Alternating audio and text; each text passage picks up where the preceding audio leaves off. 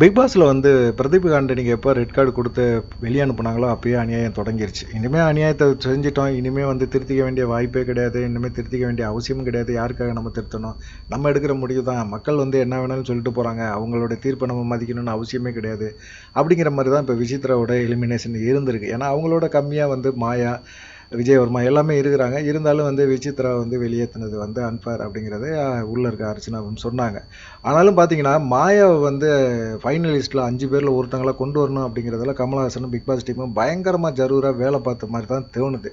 இப்போ வந்து title winner Archana அப்படின்னு எல்லாருமே சொன்னாலும் அர்ச்சனாவுக்கு டைட்டில் கிடைக்குமா அப்படிங்கிற ஒரு சந்தேகம் எல்லாத்துக்கும் எழுந்திருக்கு. காரணம் என்னன்னு கேட்டிங்கன்னா மாயா வந்து ஃபைனலில் வருவாங்க.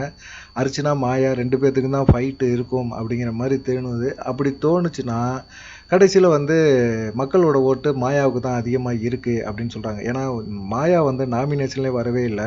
நாமினேஷனில் வரும்போதெல்லாம் மாயா வந்து காப்பாற்றப்பட்டுக்கிட்டே ஃபைனலுக்கு கொண்டு வந்துட்டாங்க. ஃபைனலில் வந்து அடித்து நவுத்துறதுக்கு அவங்களுக்கு எவ்வளோ நேரம் ஆக போகுது? ஒன்றுமே ஆகாது. மக்கள் வந்து ஒன்றுமே கேள்வி கேட்க முடியாது. இது மாதிரி சமூக வலைதளங்களை கத்திக்கிட்டு தான் இருக்கணும். அர்ச்சனாவுக்கு வந்து ஒரு அநீதி நடக்க போகுது அப்படிங்கிறது வந்து எல்லாருமே சொல்கிறாங்க. இது உண்மையிலே பிக் பாஸ் டீமும் கமலஹாசனும் சேர்ந்து மாயாவை ஜெயிக்க வைக்க இந்த வேலை பார்க்குறாங்களா அப்படிங்கிற டவுட் எல்லாத்துக்குமே இருக்குது. உங்களுக்கு என்ன தோணுது அப்படிங்கிறத கமெண்டில் பண்ணுங்கள். நன்றி, வணக்கம்.